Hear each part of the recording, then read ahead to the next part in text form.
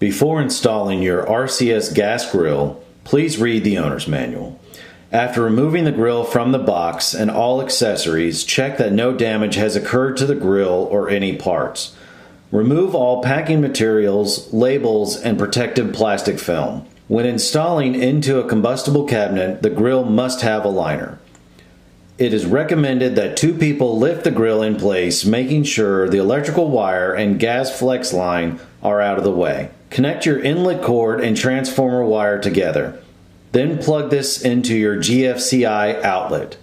Turn on your LED and interior lights to make sure everything is working properly. Install your 3/8 flex from the grill to the propane hose and regulator. Then connect that to your propane bottle. Or if you have natural gas, connect to your gas supply line. Ensure that all knobs on the grill are off before turning on the propane.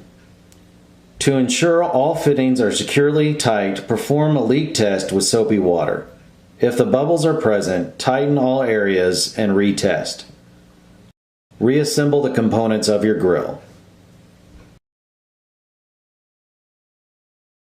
For the safety and protection of your outdoor kitchen, vents are required every 4 feet.